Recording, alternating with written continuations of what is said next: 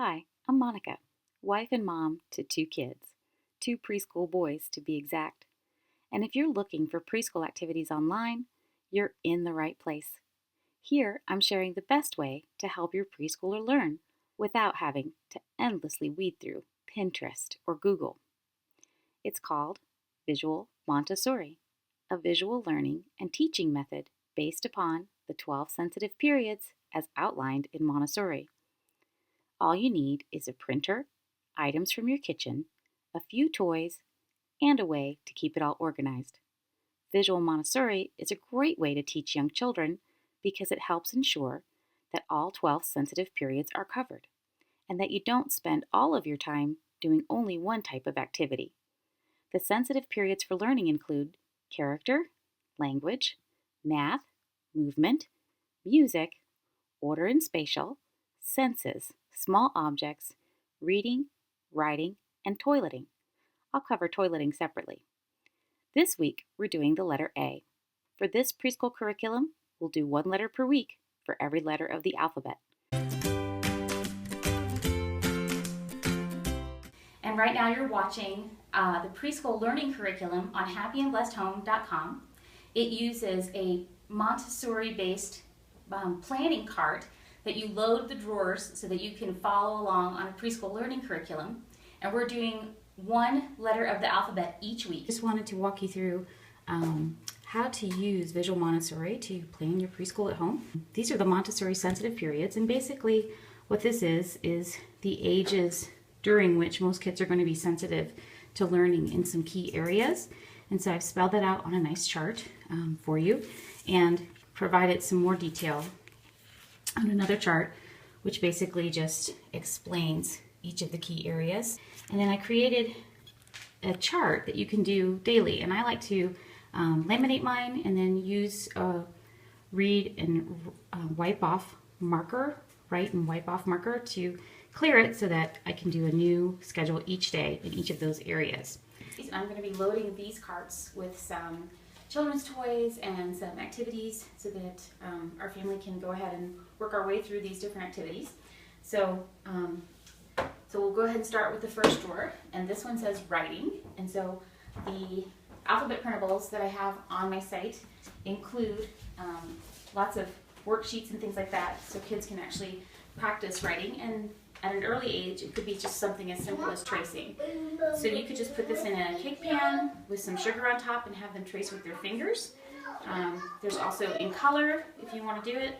You might hear my kids in the background, and also tracing like this. So that's your first drawer, and so all you do is you go ahead and load that up into your cart.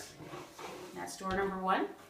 And then this one says music. And music can be a lot of different things. It could be something as simple as a CD that your family loves and that you can play, or you could do a toy that you can play music on, like a xylophone. This probably won't fit into the drawer, but you can keep it on hand for whenever your family is working your way through different activities. And the next one is spatial, and so there's lots of different things you can use for that. You could use something like, this is an alphabet board. It actually gives you this letter sounds, and it's great for recognizing the shapes of the letters of the alphabet. That's a great spatial awareness game that you can play. So that would be something that you could use, and that's another drawer. You can see as you fill the drawers, it becomes really easy to have activities planned for the week. Okay, so this is the next drawer, and this is small objects, and this can be anything that's small. Right here I've got a Melissa and Doug stackable puzzle, which you can just put in here for small objects, and you're done, and this can be something that you can work on. You can add to any of these activities throughout the week. Your son or daughter goes through the activities pretty quickly. This right here is language, and again, the printable packs that I include flashcards for all kinds of short words. Some of these are sight words, and other ones are just basically so you can practice. Another thing that we like to do is we like to go through a book and find the word inside the book and then label the item with the word. So that's another thing that you can do. That's lots of fun. So that's a really great way to work on language. So there's another drawer. Senses is a great drawer for kids. You might have seen some things online for goop and gack and all kinds of stuff, rice play, sensory play. You can even do just something, since we're doing the letter A. A is for apple. Smell the apple, taste the apple, bite the apple. Show them what applesauce is like. So that would be a great activity for senses. So apples for senses for letter A. Okay, so now we're on another drawer. This one is reading. This is one of our favorite drawers. We love to read to our kids, and we like to go to the library and check out books. And so we also have quite a few thanks to family and friends. But this is one that we like. This is for the letter A, Animals Around the World.